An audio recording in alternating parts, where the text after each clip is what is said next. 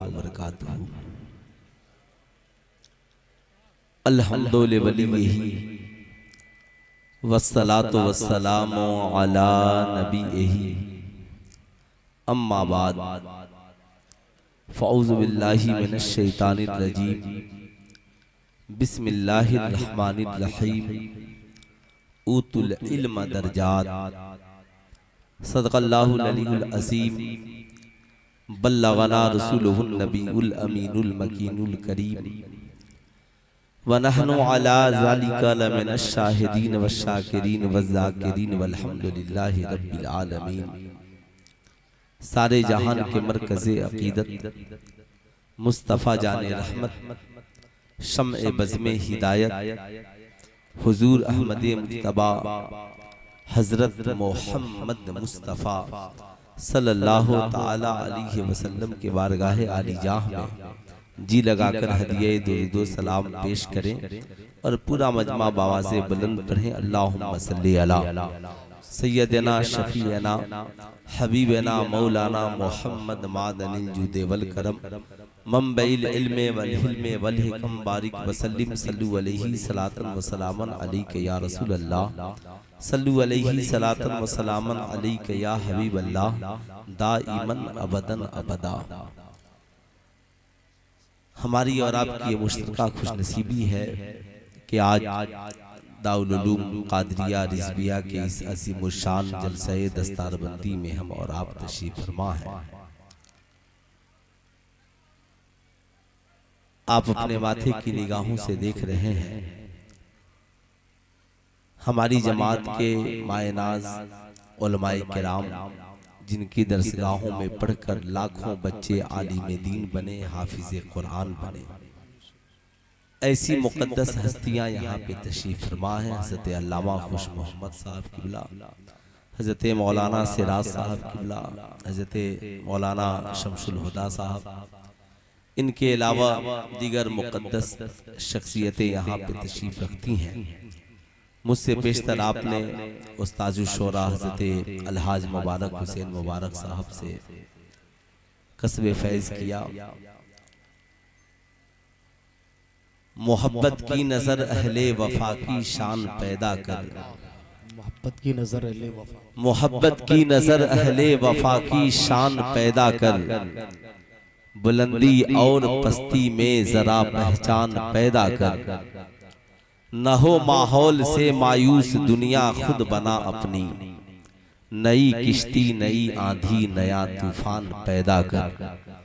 मजा है मरने जीने का इन्हीं खतरों के दामन में, दिलों में हौसले और हौसले में जान पैदा कर। नहीं तेरा नशीमन कसरे सुल्तानी के गुंबद पर, तू शाहीन है बसेरा कर पहाड़ों के चट्टानों पर। अपनी मट्टी पे ही चलने का तरीका सीखो, संगे मरमर पे चलोगे तो फिसल जाओगे। अल्हम्दुलिल्लाह मुझसे पेशतर भी आपने बुलबुले पर रौना हज़रत अल्लामा कमरुद्दीन साहब किबला के बेहतरीन खिताब से अपने आप को फैजियाब किया है। मगर आप लोगों को देखने के बाद कहीं से ऐसा नहीं लग रहा है कि आप लोगों ने कहीं से फीट फाट होकर उनकी गुफ्तगू सुनने का शर्फ हासिल किया हो। ये आपके पीछे जो सो रहे हैं उन्हें बेदार कर दीजिए।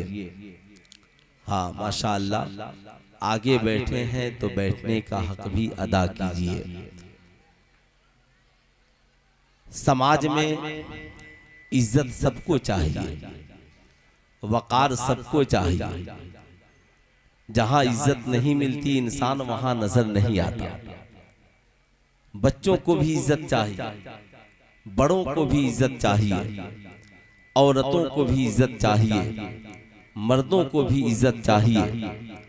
समाज में हर शख्स चाहता है कि लोग मेरी इज्जत करें, मेरा रिस्पेक्ट हो, मेरा खैर मकदम हो, लोग मुझे इज्जत भरी निगाहों से देखें। मगर सवाल ये उठता है, इज्जत मिले तो कैसे मिले? तो कुरान ने कहा उतुल इल्म दरजात, इल्म हासिल करो खुदा तेरे रुतबे को बढ़ा देगा। तालीम इज्जत हासिल करने का जरिया है। समाज में हर इंसान अपने इल्म के मुताबिक इज्जत पाता है। आप ना ही जबरदस्ती किसी से इज्जत करा सकते हैं, ना ही चाहकर किसी की इज्जत को गिरा सकते हैं। ऊंचा जो चढ़ गया है गिराया न जाएगा, रिफअत की मंजिलों से हटाया न जाएगा। खुद रब्बे कायनात ने रोशन किया जिसे, फूकों से वो चिराग बुझाया न जाएगा। हर इंसान अपने इल्म के मुताबिक इज्जत पाता है। डॉक्टर अपने इल्म के मुताबिक, इंजीनियर अपने इल्म के मुताबिक, प्रोफेसर अपने इल्म के मुताबिक, साइंसदान अपने इल्म के मुताबिक, गांव का प्रधान अपने इल्म के मुताबिक, मैट्रिक पास करने वाला अपने इल्म के मुताबिक, ऐसे ही एक आलिम अपने इल्म के मुताबिक इज्जत पाता है। हाफिज अपने इल्म के मुताबिक इज्जत पाता है। मुफ्ती अपने इल्म के मुताबिक इज्जत पाता है। ऐसा नहीं है कि मैट्रिक पास की इज्जत एमए वाले के बराबर हो जाए, एमए पास वाले की इज्जत प्रोफेसर के बराबर हो जाए। हर इंसान अपने इल्म के मुताबिक अपने महकमे में इज्जत पाता है और अल्लाह रब्बुल इज्जत उसे इज्जत से नवाजता है। ऐसा नहीं है कि समाज में इलेक्ट्रिशियन और प्लम्बर की इज्जत नहीं है। हर शख्स की अपने अपने मकाम पर इज्जत है।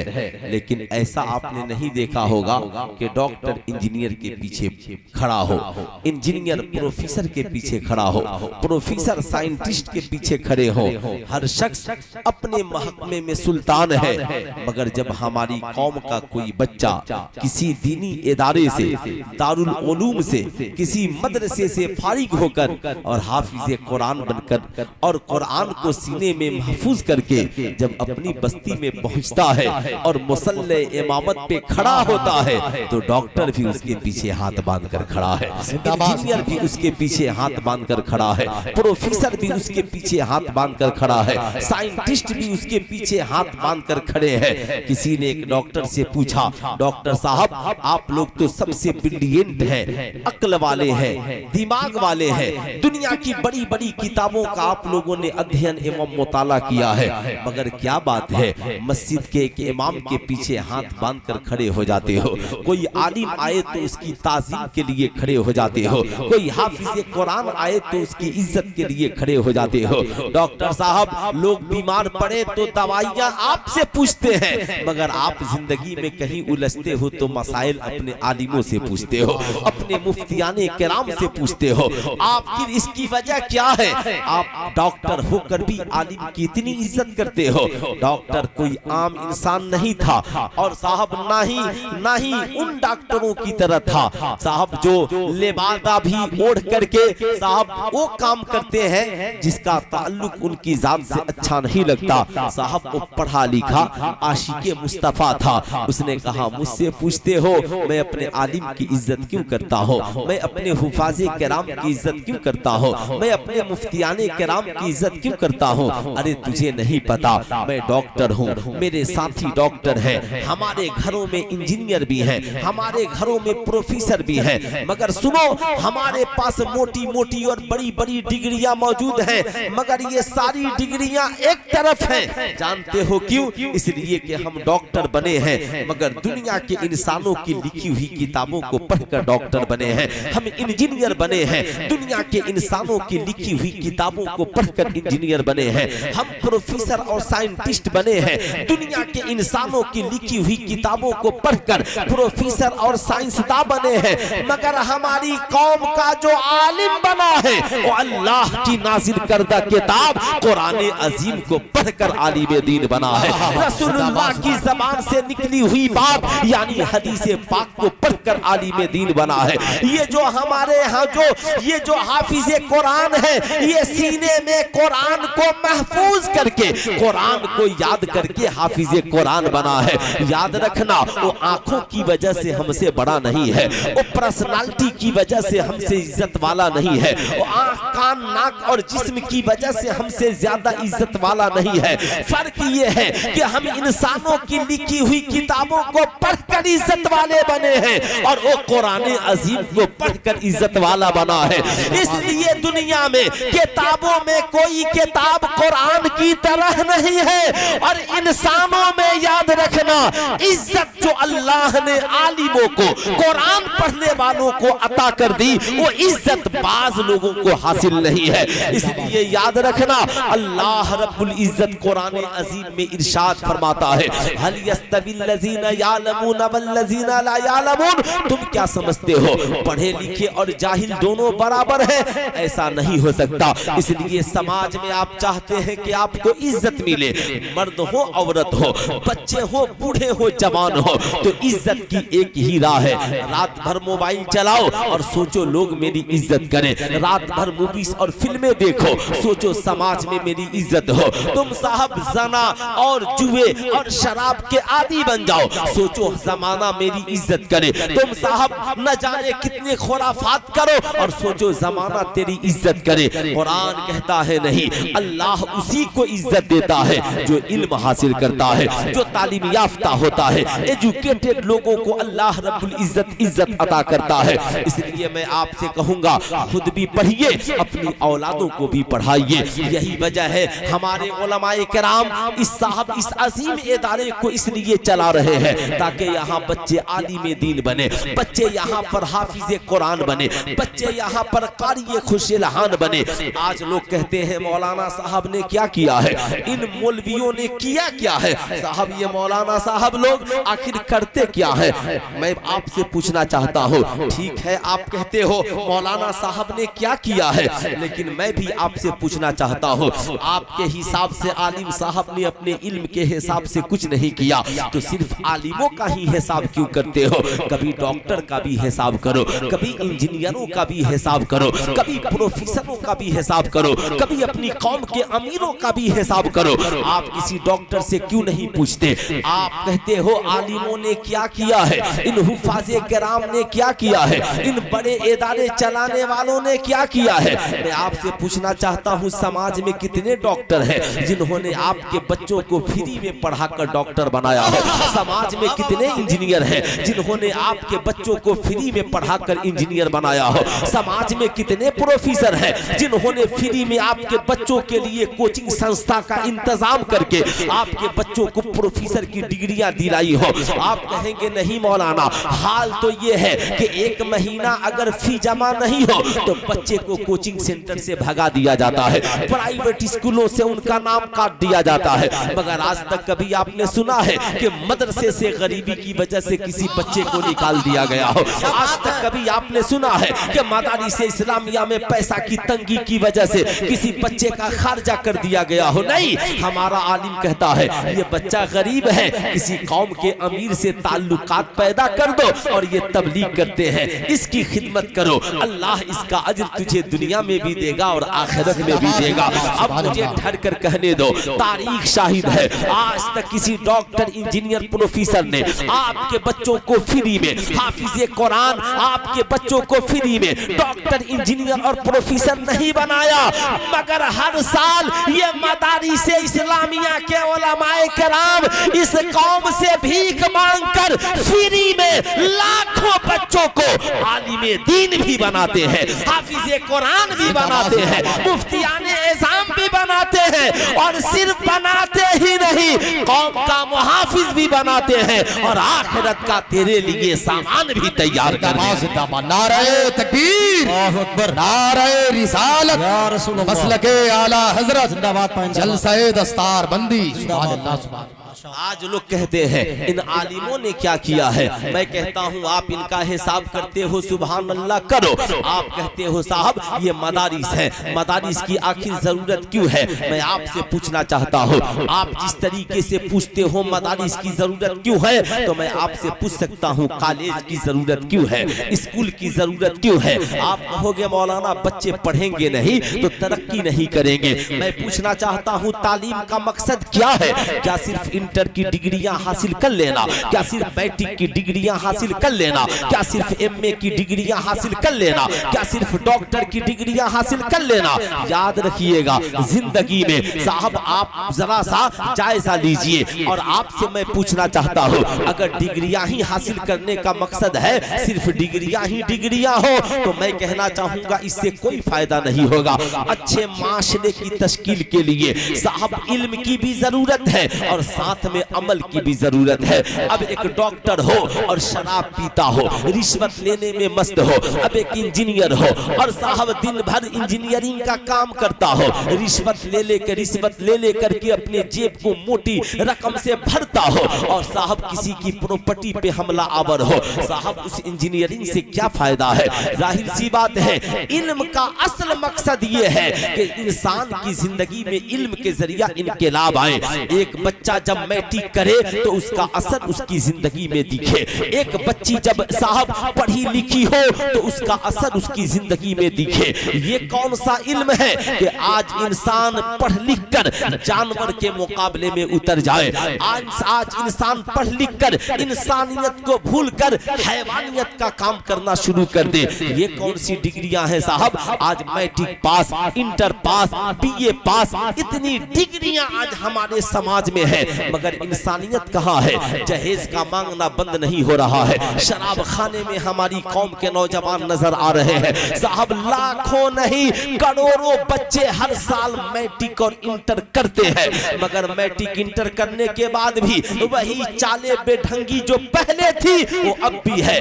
कल भी मोबाइल से रील्स बनाता था, आज भी बना रहा है। कल भी वो बेटी मैट्रिक इंटर से पहले नाचती थी और आज भी नाच रही है। सवाल ये उठता है, आप तो मदरसों का बहुत हिसाब करते हो, कभी स्कूलों में जाकर के देखो, पूछो। मेरी बेटी तो कॉलेज में आने से पहले सर पे दुपट्टा रखती थी, मगर कॉलेज में आने के बाद सर से दुपट्टा कैसे उतर गया। मेरा बेटा तो बड़ा बाअदब था, माँ बाप का अदब करता था, मगर ये जब से मैट्रिक पास किया है, इंटर में गया है, बाप को गालियां देता है, माँ को बुरा भला कहता है। कॉलेज में क्या चला गया, आने के बाद इसने अपनी जिंदगी को तबाह कर ली। पूरी रात गेम खेलने में गुजार रहा है, आईपीएल और बीपीएल में सट्टा का बाजार गर्म कर रहा है। सवाल ये उठता है, प्रोफेसर साहब आप जरा ये तो बताइए कि मेरा बेटा तो कलम चलाने के लिए आया था, मगर ये कॉलेज में आकर तमचे और बंदूक कब से चलाने लगा। कोई साहब पहुंचते हैं, मौलाना पहुंचते हैं कॉलेज के प्रोफेसर साहब के पास, अरे मेरी बेटी तो बड़ी बाहया थी, बड़ी नेक थी, मगर कॉलेज में आने के बाद इसका उसूल बदल गया है, इसका मजाज और सिस्टम बदल गया है, अब साहब इसका नजरिया बदल गया है। कॉलेज का प्रोफेसर कहेगा, सुनिए मैं किताबें पढ़ाने आया हूँ, आपके बच्चों को किरदार पढ़ाने नहीं आया, आपके बच्चों को कैरेक्टर पढ़ाने नहीं आया। साइंस की घंटी में साइंस पढ़ाऊंगा, मैथ की घंटी में मैथ पढ़ाऊंगा, मैथ की घंटी में मैथ पढ़ाऊंगा, भूगोल और इतिहास की घंटी में भूगोल और इतिहास पढ़ाऊंगा। आपका बच्चा खाना कैसे खाएगा, हमें इससे बहस नहीं है। आपका बच्चा पानी कैसे पिएगा, हमें इससे बहस नहीं है। आपका बेटा माँ के कदम के नीचे जन्नत मानेगा नहीं मानेगा, हमें इससे बहस नहीं है। नतीजा ये निकला कि भारत में डिग्रियां तो बढ़ गई, मगर किरदार की कमी कल भी थी और कैरेक्टर की कमी आज भी है। यही वजह है डॉक्टर है मगर अच्छे नहीं है, प्रोफेसर है मगर किरदार अच्छा नहीं है, इंजीनियर और साहब बड़े बड़े फलासफर हैं मगर किरदार और कैरेक्टर से आरी है। डॉक्टर है शराब पीकर शादी में नाच रहा है, इंजीनियर है और किरदार और कैरेक्टर से बुरा है, मास्टर बन गया, आईपीएस अफसर बन गया, 20 लाख 25 लाख की गाड़ियां 30 लाख की लेकर शादी करता है, रिश्वत लेकर, जिसे आज हम मरवजा तौर पे जहेज कहते हैं। मगर कसम खुदा की हमारी कौम का एक बच्चा अगर मदरसे में पढ़ने के लिए चला आया तो हमारे उलमा उसे कुरान भी पढ़ाते हैं, साथ में नबी का किरदार भी पढ़ाते हैं। अगर कौम की एक बच्ची किसी दीनी मदरसे में पढ़ने के लिए चली आई तो हमारी कौम की आलिमा उसे कुरान भी पढ़ाती है, साथ में सैयदा खातूने जन्नत का किरदार भी पढ़ाती है। यही वजह है लाखों डॉक्टर इंजीनियर बनकर कौम में खड़े होकर कौम की भलाई फलाह बहबूद की गुफ्तगू नहीं करते, मगर एक बच्चा किसी दीनी मदरसे से हाफिजे कुरान बनकर जब अपनी बस्ती में पहुंचता है और जुमा के रोज मिंबर पे खड़ा होता है तो खिताब करता है, ऐ लोगों, इस्लाम सच्चा मजहब है, एक खुदा की इबादत करो, रसूलुल्लाह सल्लल्लाहु अलैहि वसल्लम की पैरवी करो, शराब पीना हराम है, जुआ खेलना हराम है, ज़ना करना हराम है, सूद खाना हराम है, जहेज मांगना हराम है, 5 वक्ता नमाज फर्ज है, आज के बाद झूठ न बोलना, माँ बाप को न सताना, माँ के कदमों के नीचे जन्नत है, बाप जन्नत का दरवाजा है, खाने से पहले पड़ोसियों का ख्याल रखना, पीने से पहले पड़ोसियों का ख्याल रखना, कोई गरीब है तो उसकी मदद के लिए आगे बढ़ जाना, दूसरों की बहू बेटियों पे गंदी नजरें न डालना। लाखों बच्चे डॉक्टर इंजीनियर प्रोफेसर बनकर आए मगर कभी कौम से इस्लाह के हवाले से खिताब न किया, मगर एक बच्चा हाफिजे कुरान बनकर आया है मगर पूरे गांव को बदलने की बात कर रहा है, पूरे गांव में इनकलाब लाने की बात कर रहा है। ये सिर्फ उसकी वजह यह है जिस माहौल से पढ़कर आया है वो माहौल आवारगी वाला माहौल नहीं, रसूलुल्लाह के किरदारों कैरेक्टर वाला माहौल है। यही वजह है, याद रखें, एक है इल्म और एक है अमल। अगर सिर्फ इल्म हो और अमल ना हो तो जिंदगी बेकार है, इसलिए आलिम हो तो अमल की जरूरत है, हाफिज है तो अमल की जरूरत है, कारी कुरान है तो अमल की जरूरत है, डॉक्टर है तो अच्छे किरदारों कैरेक्टर की जरूरत है, इंजीनियर है तो अच्छे अखलाक की जरूरत है। ऐसे ही कौम की बेटियों तुम भी याद रखना, ये मैट्रिक इंटर बीए और एमए ये करोड़ों डिग्रियां एक तरफ, मगर अल्लाह के नबी ने जो फरमाया अल हयाओ शोबतुम मिनल ईमान, हया ईमान का हिस्सा है, इसे लूटने न देना, हया की हिफाजत करना, इज्जत तो आबरू की हिफाजत करना, ताकि तू माशरे के लिए जब जरूरत पड़े तो बाप की एक अच्छी बेटी बनकर बन सके, तू शौहर के लिए एक बेमिसाल बीवी बन सके और अपनी औलादों के लिए बेहतरीन माँ बन सके। जिंदाबाद, सुभान अल्लाह, सुभान अल्लाह। जाहिर सी बात है, इल्म का मकसद क्या है? इल्म का असल मकसद यही है समाज में इनकलाब आए, लोगों की जिंदगी में बदलाव आए। यही वजह है इल्म के चिराग को जलाया जा रहा है। साहब, आज जो ये इदारे हैं अगर ये ना होते तो आज इल्म के चिराग को कौन जलाता? याद रखिएगा साहब, आज इसलिए सबको इस बात की फिक्र है, वो जानते हैं कि लाखों बच्चे, करोड़ों बच्चे डॉक्टर इंजीनियर प्रोफेसर बन जाए, इससे कोई बहुत ज्यादा असर पड़ने वाला नहीं है, इसलिए कि डॉक्टर उधर भी है इधर भी है, इंजीनियर उधर भी है इधर भी है, प्रोफेसर उधर भी है इधर भी है। वो जानते हैं कि अगर बस्ती का एक बच्चा अच्छा आलिम बन गया तो पूरे मोहल्ले को बदलने के लिए काफी है, पूरे इलाके को बदलने के लिए काफी है। इसलिए उनकी निगाहें स्कूलों कॉलेजों पे नहीं जाती। आज तक आपने किसी को सुना है कि कॉलेज से लड़की भाग गई, कॉलेज को बंद कर दो, स्कूल से फला की बेटी भाग गई, स्कूल को बंद कर दो। मगर मदरसे में अगर थोड़ी सी भी कहीं से कमी आ गई तो सब चिल्लाते हैं मदरसे में ताला लगा। अल्लाह अल्लाह, करोड़ों बुराइयां वहां है मगर वहां कोई बंद करने को तैयार नहीं है। इसलिए मैं अपनी कौम के नौजवानों से कहूंगा, हमें सिर्फ हम साहब आज उर्स के तकरीबों में उलझ करके रह गए। मैं कहूंगा बेशक उर्स कीजिए मगर जरा जिन बुजुर्गों के हम उर्स का क़याम करते हैं कभी उनकी जिंदगी को भी पढ़िए, कभी उनके जिंदगी का भी मुताला कीजिए। ये जो महीना चल रहा था पीराने पीर दस्तगीर का महीना चल रहा था, सब जानते हैं जब पीराने पीर तकबीर की बात आती है ना, क्या कहा मेरे सरकार आला हजरत ने, जमाने को दर से वफा दिया, वाह क्या मर्तबा ए गौस है बाला तेरा, ऊंचे ऊंचों के सरों से है कदम आला तेरा, सर भला कोई क्या जाने है कैसा तेरा, औलिया मलते हैं आंखें वो है तलवा तेरा। मगर मैं आपसे पूछना चाहता हूँ, आज हमारी कौम के नौजवानों को ये तो याद है गौसे आजम ने मुर्दे को जिंदा कर दिया, गौसे आजम ने मुर्गे को जिंदा कर दिया, गौसे आजम ने डूबी हुई किश्ती को वापस ला दिया, गौसे आजम एक बार में 70 मुरीदों के यहाँ तशरीफ ले गए। मगर गौसे आजम इस मकाम तक कैसे पहुंचे,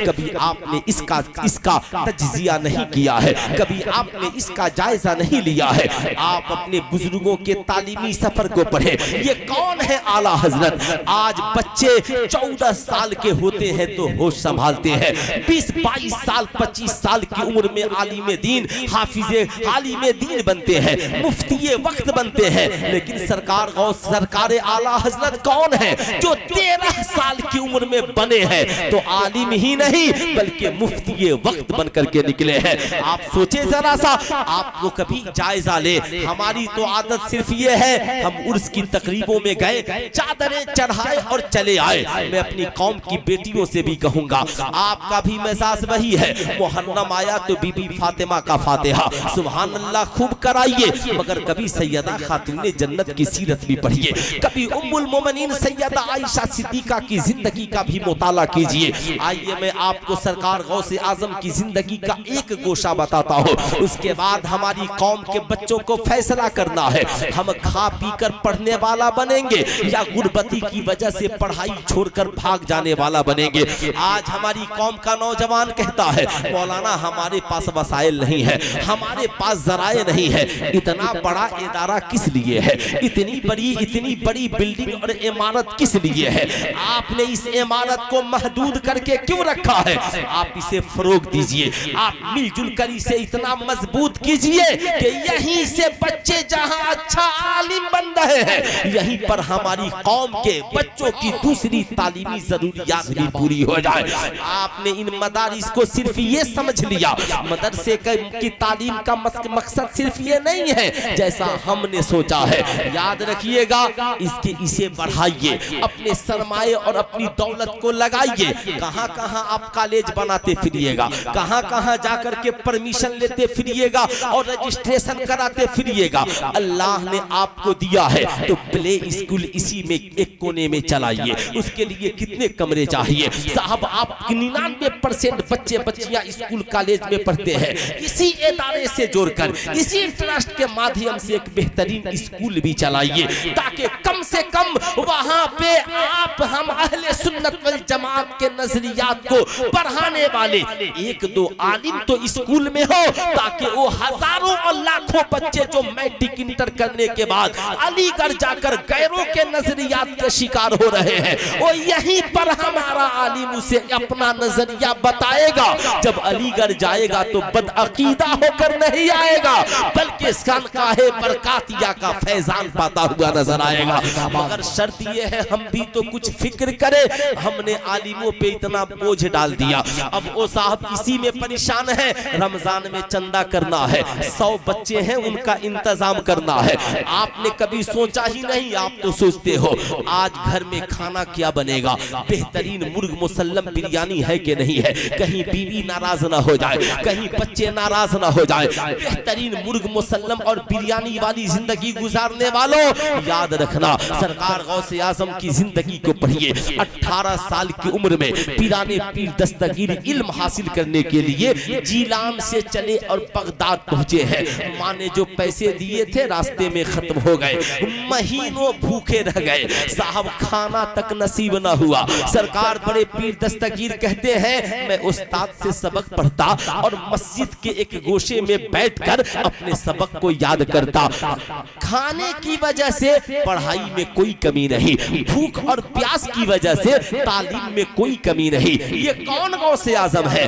मादरजाद वली है, वली कामिल है, कुतबे जमा है, गौसे जमा है। लेकिन हाल देखे, अब जरा सा सब्र का मामला देखे। कहते हैं जब भूख की शिद्दत हो जाती और इस कदर भूख लग जाती कि अब भूख बर्दाश्त से बाहर हो तो मैं मस्जिद की जमीन पर लेट जाता और कुरान की आयत, कुरान शरीफ की आयत पढ़ता। फइन्ना मअल उसरे युसरन, इन्ना मअल उसरे युसरा। सुल्तान रज़ा पूछना चाहता है, बताओ मेरी कौम के नौजवान लड़कों और नौजवान शहजादे और शहजादियों, आपके पास थोड़ी सी जराए की कमी हो जाए, आप तालीम छोड़कर पीछे भाग जाते हो। क्या कहा अल्लाह के नबी ने? तलबुल इल्म फरीज़तुन अला कुल्ले मुस्लिमिन व मुस्लिमा।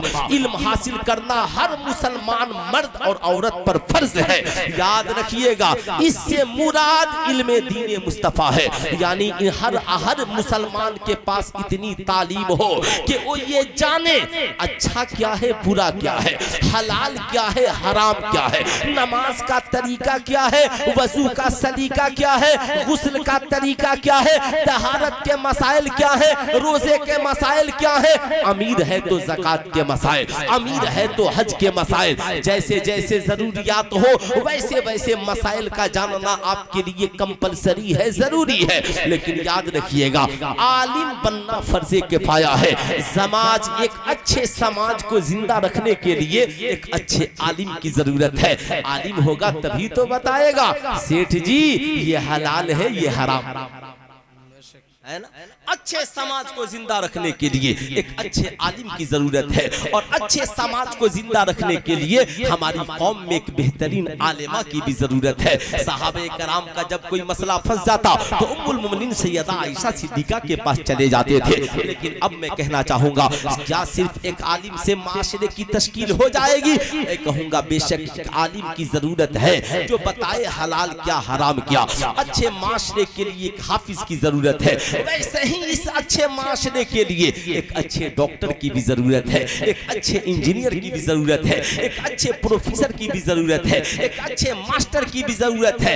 ऐसे ही इस मुल्क की और अपनी कौम की हिफाजत के लिए ज्यादा से ज्यादा सिपाहियों की भी जरूरत है, IPS अफसरान की भी जरूरत है। याद रखिएगा, ये दौर बम बारूद की लड़ाई का नहीं है, ये दौर साहब तलवारों की लड़ाई का नहीं है। वरना आप याद कीजिए, जहां जहां मामलात हुए, कितने बम चलाएंगे आप, कितने बारूद चलाएंगे आप। ये दौर बम बारूद की लड़ाई का नहीं, ये दौर याद रखिएगा इल्म और कलम की लड़ाई का है।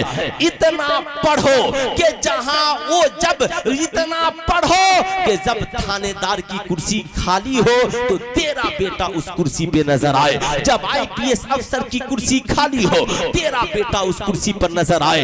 याद रखना, अगर एक बेटा थाने का तहसीलदार बन गया तो मुल्क की भी हिफाजत करेगा, कौम की भी हिफाजत करेगा। अगर एक नौजवान IPS अफसर बन गया, SP DM बन गया तो मुल्क की भी हिफाजत करेगा, नौजवानों की भी हिफाजत करेगा। मगर ये रात भर मोबाइल चलाने वाला नौजवान सुबह को पुलिस की भर्ती में कैसे दौड़ेगा? ये रात भर बिरयानी खाकर सोने वाली कौम साहब ये सोचती है हमारी हिफाजत के लिए कोई आ क्यों नहीं जाता। आज लोग कहते हैं आलिम साहब लोग क्या कर रहे हैं। मैं कहता हूं आलिम का सिर्फ यही एक काम है क्या? बता, मस्जिद में फजर की नमाज कौन पढ़ाता है? सुबह को उठ करके कुरान का दर्स कौन देता है? बैठ करके दीन की बातें कौन बताता है? अपने इल्म के मुताबिक बच्चों को आलिम दीन कौन बना रहा है? लेकिन आप जो मदारिस में कितने % बच्चे पढ़ते हैं यार? 1% बच्चे भी मदरसे में नहीं पढ़ते, मगर 99% बच्चे जो स्कूल में पढ़ते हैं, कॉलेज में पढ़ते हैं। मैं पूछना चाहता हूँ वो 99% क्या कर रहे हैं? उनका रिजल्ट कहाँ? उनकी कोई जिम्मेदारी नहीं है। जब चाहा नाच लिया, गा लिया, जब चाहा कान में बाली पहन ली, हाथ में कड़ा पहन लिया, जब चाहा कमर तक चोटी बढ़ा ली, बाल बढ़ा लिया। शादी ब्याह में गया तो मिलाद के बाद मर्दूद डीजे पे नाचा और औरतों को नचवाया। साहब यही काम इस समाज में इन लोगों का रह गया है। सवाल ये उठता है, ये 1% जो मदरसे हैं, मदारिस इस्लामिया में जो बच्चे पढ़ते हैं, इनकी सबको फिक्र है, अरे मौलाना साहब आप लोग साइंस क्यों नहीं पढ़ाते हैं, इंग्लिश क्यों नहीं पढ़ाते हैं, मैथ क्यों नहीं पढ़ाते हैं? मैंने कहा ये बात बड़ी पुरानी थी कि मदरसे के आलिम इंग्लिश नहीं जानते थे, ये बात बहुत पुरानी हो गई कि मदरसे के बच्चे कंप्यूटर नहीं जानते थे, ये बात बड़ी पुरानी हो गई। इस वक्त बिहार के स्कूलों में जाएंगे ना तो उर्दू टीचर के जगह पे अक्सर मदारिस इस्लामिया के ही बच्चे मिलेंगे। आप बाप साहब उत्तर प्रदेश की बनारस यूनिवर्सिटी में चले जाइए, वहां पर अगर उर्दू का कोई प्रोफेसर मिलेगा तो अल जामियातुल अशरफिया मुबारकपुर का पढ़ा हुआ एक आदमी दीन मिलेगा। मैं आपसे पूछना चाहता हूं, आप कहां हो बताओ, अपना हिसाब दो। तो मैं अपनी कौम के नौजवानों से कहूंगा, निकलो अंधेरे से, निकलो। मैं ये नहीं कहता, निकलो अंधेरे से, बदलो अपने मिजाज को। और ये जो मोबाइल को तुमने लंबे लंबे मोबाइल को अपना साथी बना लिया है ना, अभी कटिहार में एक साहब मुझ पे नाराज हो गए, कहा आप जमात रजाए मुस्तफा के सिवान के सदर है और आपने क्यों नहीं इन वीडियो और चैनल वालों को मना किया। मैंने कहा कहां हम लाठी लेकर के घूमे, जाहिर सी बात है हम तो मना करते हैं कि ये वीडियो की जरूरत नहीं है। साहब वीडियो की जरूरत नहीं, इस कौम को किताब की जरूरत है। से बताइए, आपसे मैं पूछना चाहता हूँ, बताओ मुस्तफा जाने रहमत सल्लल्लाहु अलैहि वसल्लम जब इस खाके गीती पर तशरीफ ले आए तो उनका साथी कौन बनकर आया? सिर्फ नौजवान सुने, कौन बनकर के आया उनका साथी? क्या कोई इंसान बनकर आया? क्या कोई फरिश्ता बनकर आया? तो उलमाए किराम कहेंगे नहीं मौलाना, कद जाअकुम मिनल्लाहि नूरुम व किताबुम मुबीन। सुभान अल्लाह, सुभान अल्लाह। का साथी कोई जमीन पर उनके साथ आया है, साथी बनकर आया है, तो वो कुरान अजीम बनकर आया है, यानी किताब नबी का साथी बनकर के आया है। इसलिए मैं आपसे कहूंगा, छोड़ो मोबाइल की दुनिया को और किताब को अपनी जिंदगी का साथी बनाओ। मोबाइल इस्तेमाल ही करना है ना तो मूवी देखने के लिए नहीं साहब, चैटिंग के लिए नहीं, फेसबुक के लिए नहीं, इंस्टाग्राम के लिए नहीं, शॉर्ट वीडियोस बनाने के लिए नहीं, इस मोबाइल का इस्तेमाल करना है तो किताबें पढ़ने के लिए क्यों नहीं करते? किताबों के मुताला के लिए क्यों नहीं करते? उस मोबाइल में चाहो तो कुरान पढ़ सकते हो, उस मोबाइल में चाहो तो बुखारी पढ़ सकते हो, उस मोबाइल में चाहो तो हदाए के बख्शिश पढ़ सकते हो, उस मोबाइल में चाहो तो कंजुल ईमान पढ़ सकते हो, उस मोबाइल में चाहो तो तुम इंटर मैट्रिक BA की तैयारी की किताब, तैयारियों की किताबें पढ़ सकते हो। इसलिए मोबाइल का मिसयूज न करो, मोबाइल का इस्तेमाल किताब पढ़ने के लिए करो, खबरों खैरियत के लिए करो, जरूरी मेल के लिए करो, जरूरत के लिए उसका इस्तेमाल करो, ताकि नजरिया सही हो, तुम्हारा इखलाक सही हो, तुम्हारा किरदार सही हो। मैं अपनी कौम के नौजवानों से कहूंगा, अल्हम्दुलिल्लाह हम लोगों का ताल्लुक अहले सुन्नत वल जमात से है।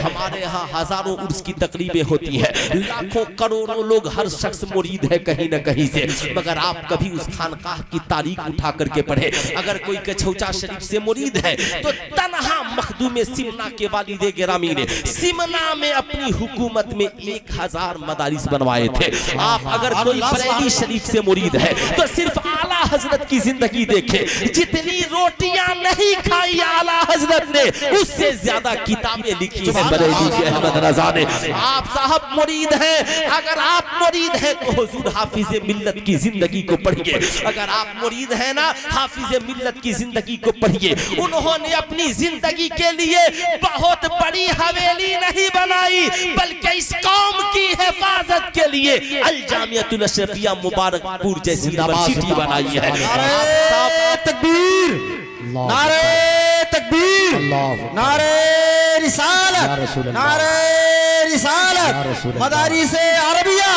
मदारिसे अरबिया, नारे तकबीर, नारे रिसालत, मुफ्ती सुल्तान रजा साहब क़िबला जिंदाबाद, नारे तकबीर, नारे रिसालत।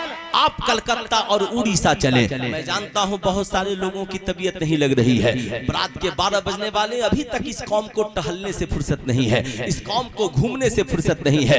ये कौम यही समझ रही है कि ये जलसे भी तफरीगाह है। अरे मियाँ, ये जलसे इसलिए नहीं है, कभी तो सबक लिया करो कि एक झूठ बोलने वाला बाबा आता है तो करोड़ों बैठकर गर्मी में जल मर कर सुनते हैं, मगर यहाँ हक बोलने वाले लाखों आलिम आते हैं, मगर हमारी कौम खड़ी रह रहती है और उसके बाद ये बैठकर फैसला करती है। मौलाना तकरीर जमा नहीं पाए, मौलाना ने बहुत घनगरज खिताब नहीं किया, बहुत बड़े स्पीकर की जरूरत थी, बहुत बड़े खतीब की जरूरत थी। ये तो वही बात हो गई कि कोई आला हजरत के जमाने में कहे गौसे आजम की जरूरत थी, गौसे आजम के जमाने में कहे हजरत मौला अली की जरूरत थी। नहीं साहब, जो आपके पास आलिम है उन्हें गनीमत समझ के इस नियत से उनकी बातें सुने कि आलिम बोल रहा है, अपनी बात नहीं आमिना के लाल की बात बोल रहा है। सुभान अल्लाह, सुभान अल्लाह। इसलिए तो सुने, आखिर अब तक खड़े होकर के घूमने का क्या माना है? आखिर क्यों लोग खड़े हैं? अराकीन जलसा से भी मैं कहूंगा उनसे एक बार मोहब्बत से पूछिए, साहब अगर आप जलसा में आए हैं तो खड़े होने की क्या आवश्यकता है? ये कुर्सियां खाली हैं, बैठ जाइए।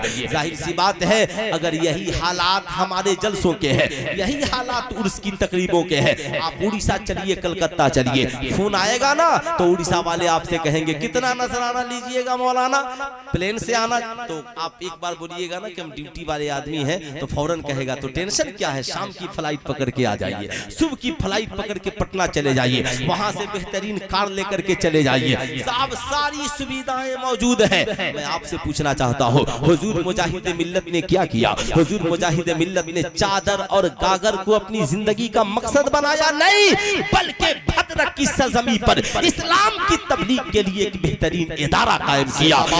साहब ये सलेमगढ़ की सरजमी पर बनाने वाला जो भी बनाया हो, अल्लाह उसकी मरकत पे रहमत और अनवार की बारिशें करे।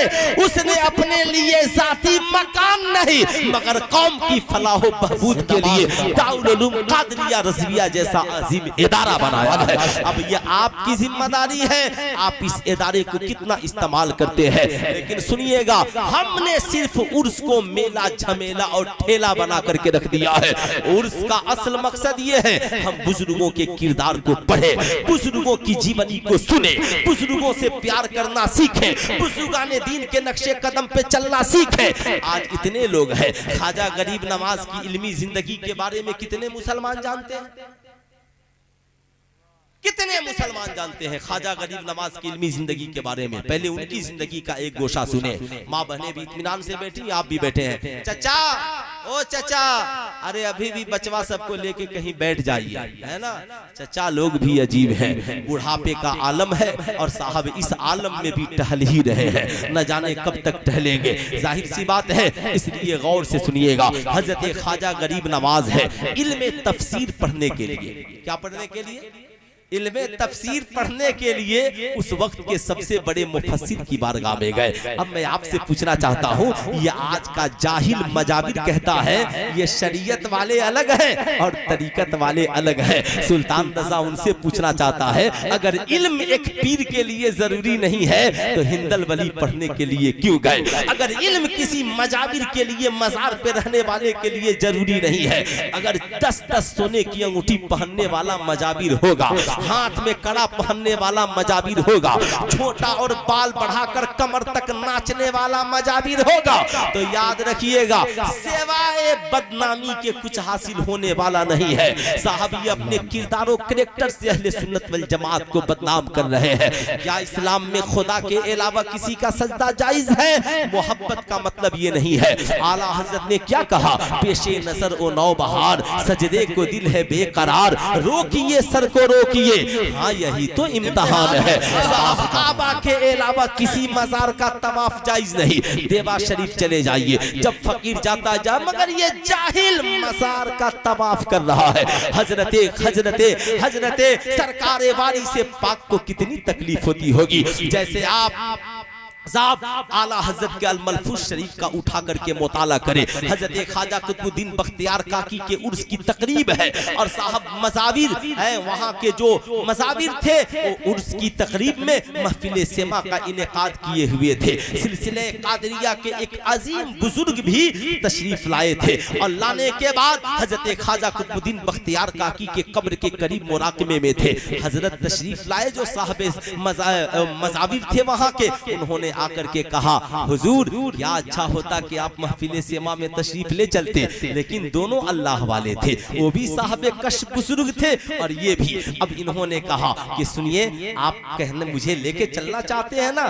पहले हजरत से पूछ लीजिए कि हजरत इससे खुश है कि नाराज है। अल्लाह अल्लाह अल्लाह। हजरत इससे खुश है कि नाराज है। उन्होंने फौरन मुराकबा किया। ये आज के जाहिल मजाबिरों की बात नहीं कर रहा हूँ जो चरस अफीम गांजा पी पी करके मजाबिर बना है। 10 रुपया नहीं मिले तो किसी पे हाथ डाल देता है। मौलवी मौलाना को तो देखकर पागल हो जाता है, कहता है इन मौलवियों से चादर बेचने की उम्मीद मत रखो। जाहिर सी बात है। अब उन्होंने जो ही मुराकबा किया, देखा हजरत अपनी कब्र में परेशान है, टहल रहे हैं, कह रहे हैं कि क्यों इससे मुझे तकलीफ दे रहे हो। अल्लाह अल्लाह, मैं पूछना चाहता हूँ अपनी बेटी को लेकर मजार पर जाने वालों, जवान बीवियों को लेकर मजार पर जाने वालों, अपने घर की माओ बहनों को लेकर मजार पे जाने वालों और जाकर मिन्नतें मांगने वालों और ये कहने वालों कि हमारा काम नहीं बनता, बता आला हजरत ने क्या फरमाया? औरतों का मजार पे जाना जायज है। हुजूर सदरुल शरिया कहते हैं मुतलकन औरतों को मना किया जाए कि ये औरतें मजार पर नहीं जाए। अब जवान बेटियों को लेकर जाने वाले, बताओ तुम साहबे मजार को खुशी पहुंचाते हो या तकलीफ पहुंचाते हो? जवान बीवियों को लेकर जाने वालों, बताओ तुम साहबे मजार को खुशी पहुंचाते हो या तकलीफ पहुंचाते हो? ये इस्लामी मिजाज नहीं है, ये इस्लामी कल्चर नहीं है, ये गैरों का मेला झमेला है। जहां झूला लगे, जहां पे डांस हो, जहां पे बियर बार चले, जहां पे औरतें सज सवर कराएं और महफिल की जीनत बने। इस्लाम कहता है औरत का हुस्न उसके शौहर के लिए है, औरत की जीनत उसके शौहर के लिए है। ये सारी बातें तब होगी जब हमारी कौम की बेटियां सीरत आयशा सिद्दीका को पढ़ेंगी, सीरत सैयदा खातून जन्नत को पढ़ेंगी। अब मैं कहना चाहूंगा ख्वाजा गरीब नवाज सबसे बड़े मुफस्सिर की बारगाह में पहुंचे, कहा हुजूर पढ़ने के लिए आया हो। वो भी अल्लाह के वली थे, बहुत बड़े मुफस्सिर थे, मस्जिद के इमाम भी थे। कहा शहजादे आ तो गए हैं मगर मेरे पास वक्त नहीं है, मेरे पास वक्त नहीं है। कहा हुजूर कोई वक्त दे दे। कहा आप मोइनुद्दीन पढ़कर ही जाएंगे? कहा हुजूर आया बहुत दूर से हूं, पढ़ा दिया जाए। कहा एक वक्त है, क्या आप उस वक्त तैयार हैं? कहा हुजूर ज़हे नसीब जो वक्त मिल जाए, ज़हे नसीब जो वक्त मिल जाए। कहा एक वक्त है। कहा हुजूर वो कौन सा वक्त है, मुझे इनायत कर दे। कहा मैं इशा की नमाज पढ़कर खाकर सो जाऊं और फिर मैं नमाज़े तहज्जुद के लिए बेदार हूं और नमाज़े तहज्जुद पढ़ लूं, तो क्या आप उस वक्त पढ़ने के लिए तैयार हैं? बताओ मेरी कौम के नौजवानों, नमाज़े तहज्जुद जानते हो? जो कौम 5 वक्त की नमाज अब नहीं पढ़ती वो नमाज़े तहज्जुद के बारे में तो ये सोचना भी हमारे लिए बेवकूफ़ी ही है।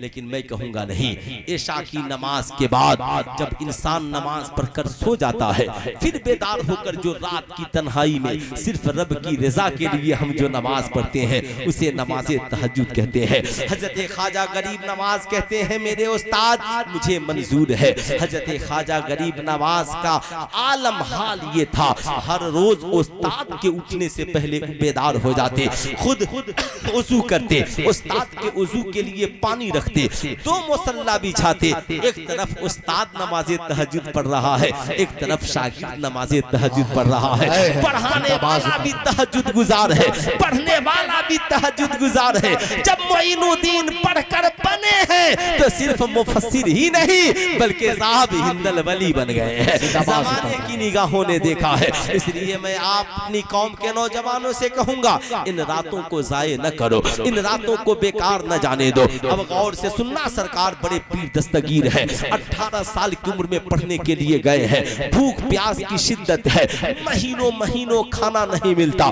भूख जब ज्यादा सताए तो मस्जिद की जमीन पर लेटकर कुरान की आयत पढ़ते, फ़इन्ना माल उसरी उसरे युस्रन इन्ना माल उसरे युस्रा। अल्लाह अल्लाह कहते हैं कि एक रोज मैं बयाबान में बैठकर फिक्र के सबक को याद कर रहा था। अल्लाह अल्लाह सबक ही तो याद कर रहा था, इतने में गैब से आवाज आई, अब्दुल कादिर उठो और कुव्वते ला यमूत के लिए कर्ज ले लो। यानी इतनी ताकत तुम्हारे जिस्म में आ जाए कि तुम्हें मौत वाक़े ना हो, इतनी कर्ज ले लो। हजरत सरकार बड़े पीर दस्तगीर कहते हैं, मालिको मौला अब्दुल कादिर के पास तो एक अच्छा जुब्बा भी नहीं है, अब्दुल कादिर कर्ज लेगा तो अदा कहां से करेगा। आवाज आती है, अब्दुल कादिर कर्ज लेना तेरा काम है, अदा कर देना मेरा काम है। सरकार बड़े पीर दस्तगीर कहते हैं, मैं उठा और उठने के बाद नानबाई की दुकान पर गया जो रोटियां बनाता था। मैं जब उसके करीब गया और उससे कहा कि सुनो, मुझे कर्ज लेने का हुक्म है, क्या तुम मुझे कुछ कर्ज दोगे।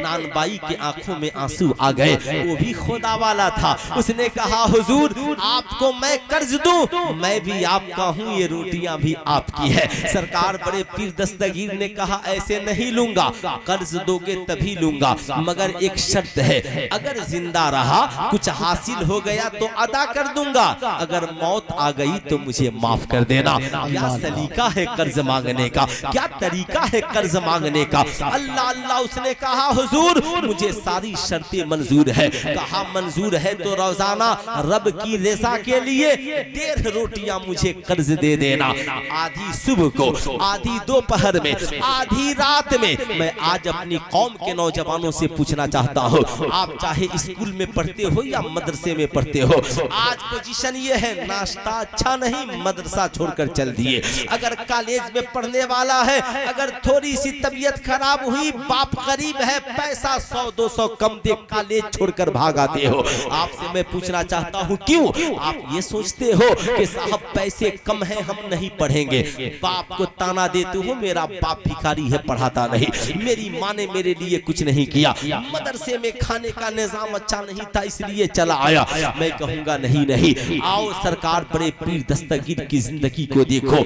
हुक्म हुआ कर्ज लेने का तो 1.5 ही रोटियां मांगी है, आधी सुबह, आधी दोपहर, आधी शाम। जमाने को दरसे वफा दिया है, कभी भूख की वजह से तालीम न छोड़ना, कभी गरीबी की वजह से तालीम न छोड़ना।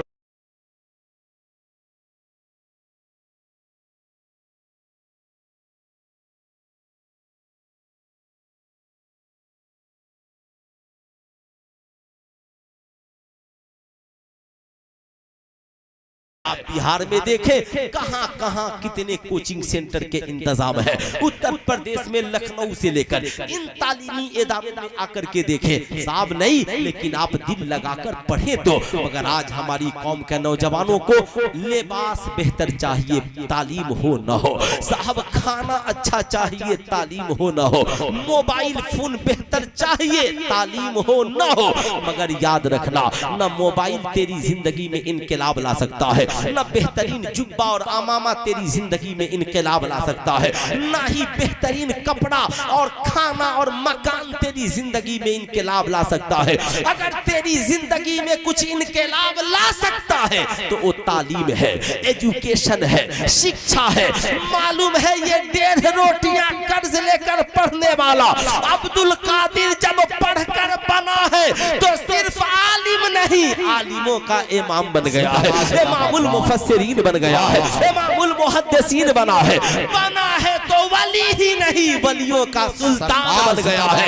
ऐलान करता है, मेरा कदम तमाम वलियों के गर्दन पर। तो बरेली से सरकार मुफ्ती आजम हिंद पुकार उठे, खिला मेरे दिल की कली गौसे आजम, कल्ब की बेकली गौसे आजम। ये दिल ये जिगर है, ये सर और आंखें, जहां चाहो रखो कदम गौसे। नारे तकबीर, नारे रिसालत, फैजाने गौसे आजम, जलसे दस्तार बंदी, नारे तकबीर, सुभान अल्लाह, सुभान अल्लाह।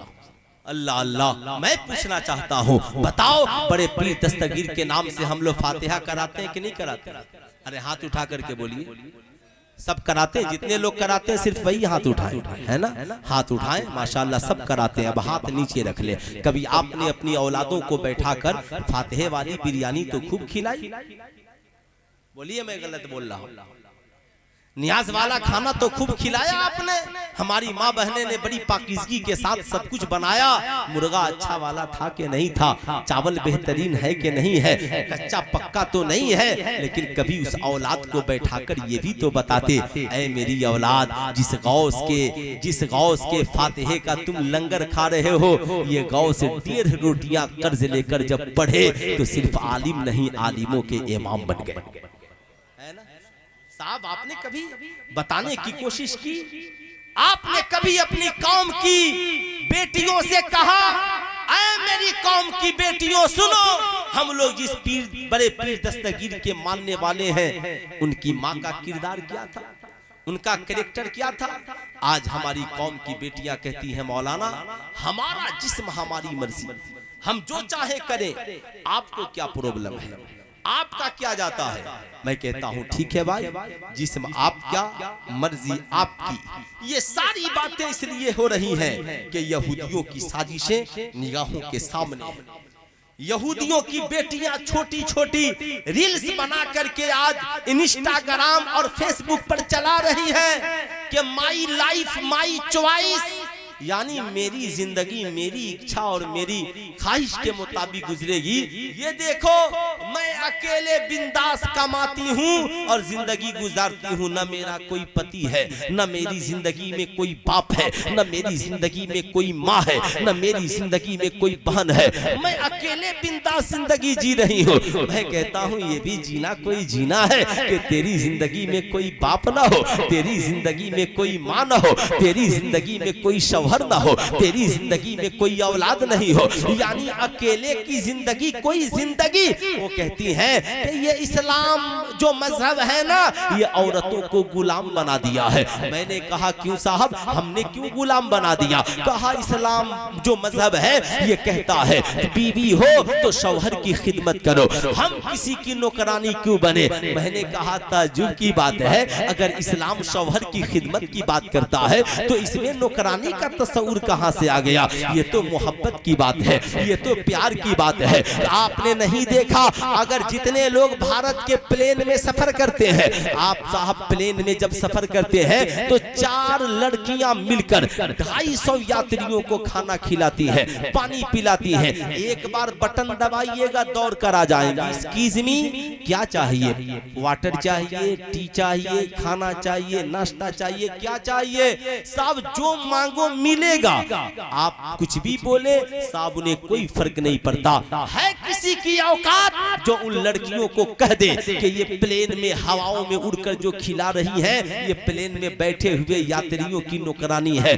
कह दोगे साहब जेल हो जाएगा, तेरे ऊपर मुकदमा दर्ज होगा, दर्ज किया जाएगा, तेरे ऊपर मुकदमे चलाए जाएंगे। वो कहेंगी नहीं हम तो खिदमत की भावना से करते हैं, यानी हम खिदमत की नीयत से करते हैं, ये हमने जो पेशा बनाया है ये हम खिदमत और ये नौकरानी का पेशा नहीं है, ये तो हमारी मोहब्बत है कि हम मैट्रिक इंटर करके भी लोगों की सेवा में लगे हुए हैं। सवाल ये उठता है, आप गौर से सुनिएगा, सवाल ये उठता है अगर पढ़ी लिखी लड़कियां हवा में अजनबी मर्दों को चाय पिलाएं तो ये सेवा है, और निकाह के बाद बीवी शौहर को चाय पिला दे तो ये नौकरानी की पहचान है। ये कहां का इंसाफ है? यही वजह है आज भारत के बड़े बड़े नेता उन लड़कियों से शादियां कर रहे हैं जो लड़कियां एयरपोर्ट पे चाय पिलाती है, प्लेन में चाय पिलाती है। सवाल ये उठता है ये चाय पिलाने वाली पसंद है मगर शौहर की खिदमत करने वाली औरत पसंद नहीं है। याद रखना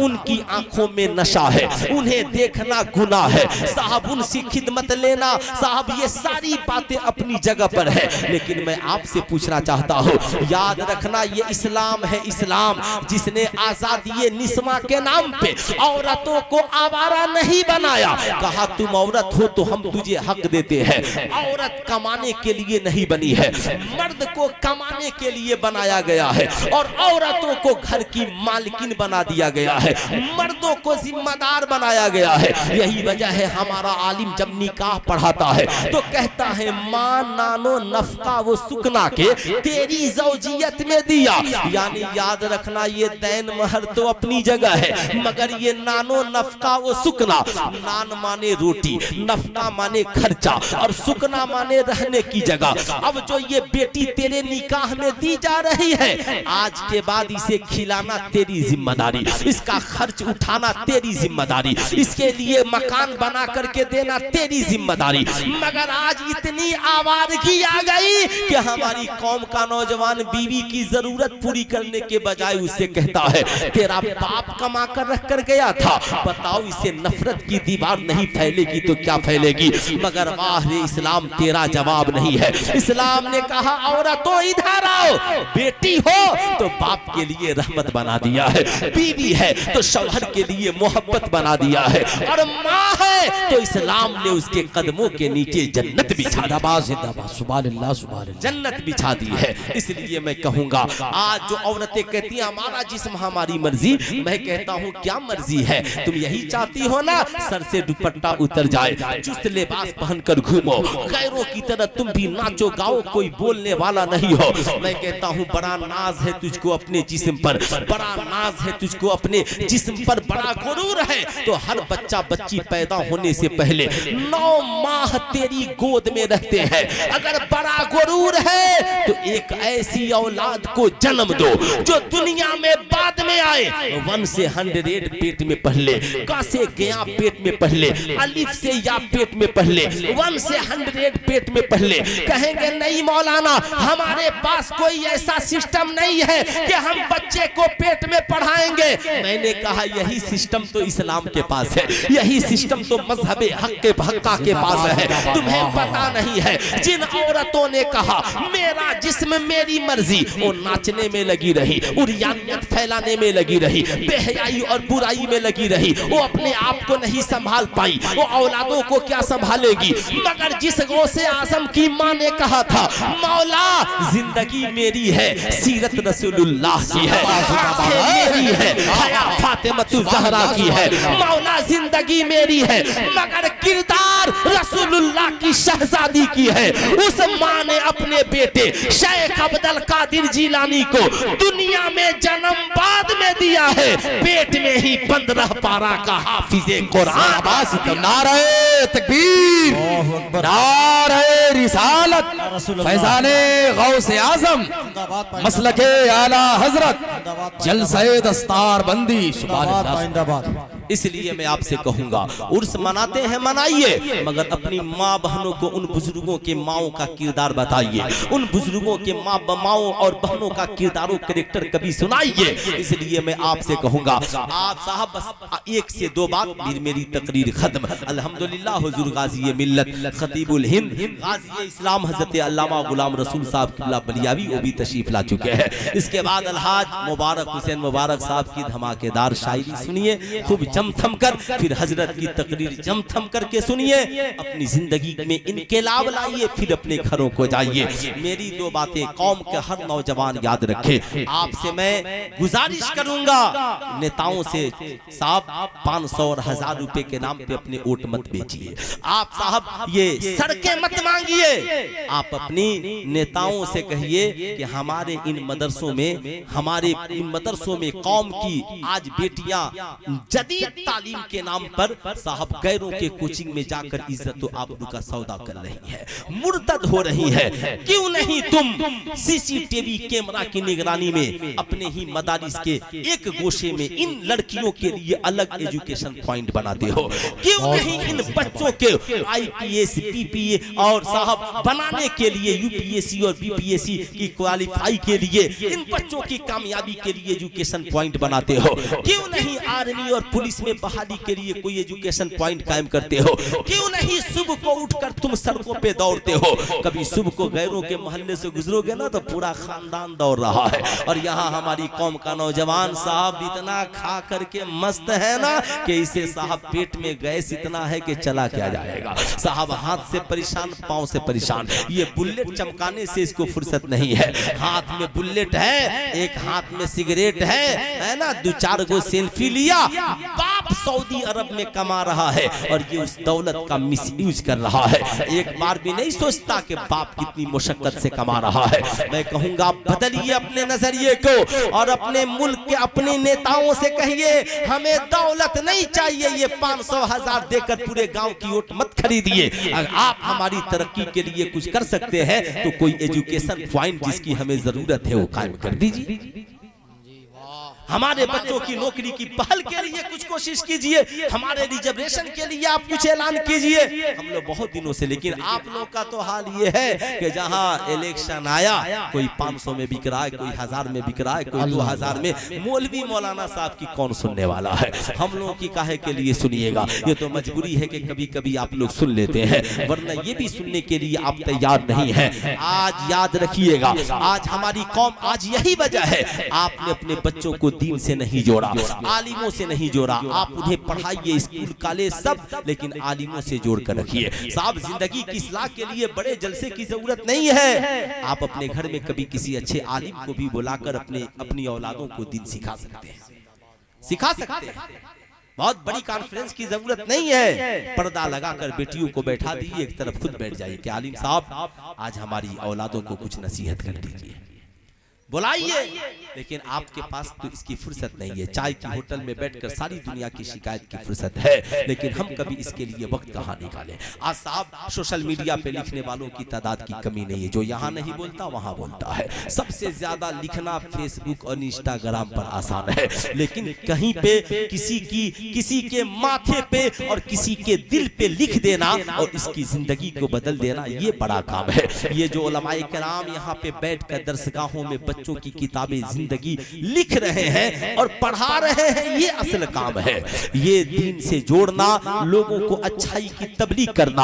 आज हमारी कौम का नौजवान क्या समझता है? ये समझता है कि मैं जो कमाता हूं ये सब मेरा है। देखिए ये बड़ी जहालत, मैं जो कमाता हूं सब मेरा। हमारी पढ़ी लिखी बीवियां भी समझती हैं कि मेरा शौहर जो कमाता है ये सब मेरा है। लेकिन मैं कहूंगा ना, एक नौजवान आका की बारगाह में पहुंचा, अर्ज गुजार हुआ, या रसूल अल्लाह मेरे माँ बाप पर कुर्बान, आका जी ये बताया जाए मर्द के ऊपर पहला हक किसका है? अल्लाह के नबी ने फरमाया तुम्हारी माँ का। नौजवान ठहर गया, आका जी अब किसका कहा? तुम्हारी माँ का। फिर ठहर कर पूछा, आका जी अब किसका कहा? तुम्हारी माँ का। चौथी बार अर्ज गुजार हुआ, आका जी अब किसका कहा? तुम्हारे वालिद का, तुम्हारे वालिद का। आला हजरत से पूछा गया, हुजूर बताया जाए मर्द कमाए तो क्या करे? कहा 100 रुपए कमाए तो 75 माँ को दे दे और 25 बाप को दे दे। इसलिए कि सरकार ने 3 बार माँ का जिक्र किया है और 1 बार बाप का जिक्र किया है, 1 बार बाप का जिक्र किया है। मगर आज अफसोस, बूढ़ी माँ परेशान है, बेटा जिंदगी मस्त गुजारने में विदेश में लगा है। बूढ़ा बाप दवा और इलाज के लिए तरस रहा है और साहब ये नौजवान अपनी जिंदगी की मस्ती में लगा है। याद रखना मेरी कौम के नौजवानों, आज यही वजह है हम डॉक्टर, इंजीनियर, प्रोफेसर बनकर भी जिंदगी में कामयाब नहीं है, इसलिए कि हमारे साथ हमारी माँ नहीं है, हमारी जिंदगी में हमारे वालिद की दुआएं नहीं है। जब ईद का, रमजान का मुबारक महीना आता है, बूढ़ी माँ फोन करती है, बेटा कुछ पैसे भेज दे, तेरे अब्बा के लिए कपड़े लेने हैं, तेरी बूढ़ी माँ को इलाज के लिए पैसे चाहिए, तेरा एक छोटा भाई है उसे कपड़े लेने हैं। तो आज की औलाद कहती है, अम्मा फोन रख दे, अपने बीवी बच्चों से बचेगा तब न भेजूंगा। बड़ा अफसोस होता है जब बेटा कहता है ना बचेगा तब दूंगा, माँ का कलेजा फट जाता है, बाप खून के आंसू रो पड़ता है। क्या हम इसी दिन के लिए दरख्त, क्या मैं इसी दिन के लिए बेटे को जवान किया था? ऐ मेरी कौम के नौजवानों, वो दौलत किस काम की जो तेरी माँ के काम ना आए, वो कमाई किस काम की जो तेरे बाप के काम ना आए। यही वजह है हमने माँ बाप को मोहताज बना दिया, हम भी मोहताज बन करके घूम रहे हैं। याद रखना जिंदगी में, क्या मैं पूछना चाहता हूँ, कभी अपने बचपन को पलट कर देखो ना, कुरान ने क्या कहा? इशारा नहीं किया, रब्बिरहमहुमा कमा रब्बयानी सगीरा, ए मालिक मौला मेरे माँ बाप पे ऐसे रहम फरमा जैसे बचपन में उन्होंने मेरे ऊपर रहम फरमाया। बचपन को याद करो, क्या तू छोटा था? तेरी माँ खा, तू कहता है बचेगा तो देंगे, तेरी माँ ने रोटियां बनाई तो कभी कही कि बेटा खाना बन गया है, पहले मैं खाऊंगी खाऊंगी, बचेगा तो तू खा लेना। नहीं, माँ ने कहा था बेटा खाना तैयार है, पहले तू खा ले, बचेगा तो मैं खा लूंगी। तेरा बाप कमा कर आता था, कहता था बेटा तनख्वाह मिल गई है, कॉलेज का फी, ट्यूशन का फी, अपनी जरूरत पूरी कर ले, बचेगा तो बाप अपनी जरूरत पूरी करेगा। मगर आज अफसोस, वही बाप बीमार पड़ता है। एक बाप 4 औलादों को उसकी जरूरत के मुताबिक, किसी को डॉक्टर, इंजीनियर, प्रोफेसर, मास्टर, जिसे जितना पैसे की जरूरत पड़ी देकर बना दिया। मगर वही बाप आईसीयू में भर्ती है तो औलादें मीटिंग कर रही है, सारे भाई बराबर बराबर दो। अरे तेरे बाप ने तुझे बराबर खिलाए थे क्या? जिसे 10 की जरूरत थी 10 दिया, 4 की जरूरत थी 4 दिया। ये जेहालत नहीं है तो और क्या है? ऐ मेरी कौम का नौजवान, आज के जलसे से पैगाम लेकर जा।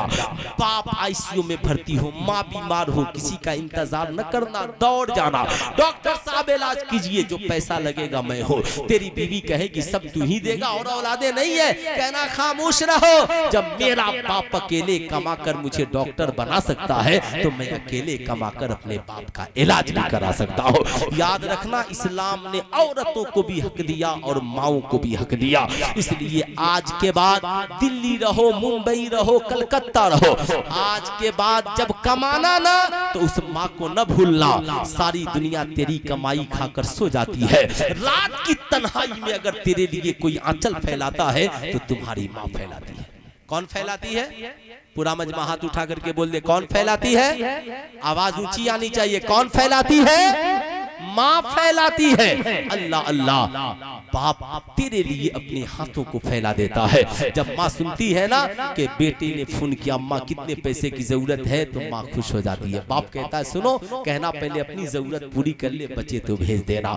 याद रखना, आज के बाद दिल्ली, मुंबई, कलकत्ता कहीं रहो, कमाओ तो सबसे पहले फोन अपनी माँ को करना, अम्मा तुझे कितने पैसे की जरूरत है। माँ बाप की दुआएं मिलेंगी। इस साल तू लाखपति है, अगले साल करोड़पति हो जाएगा।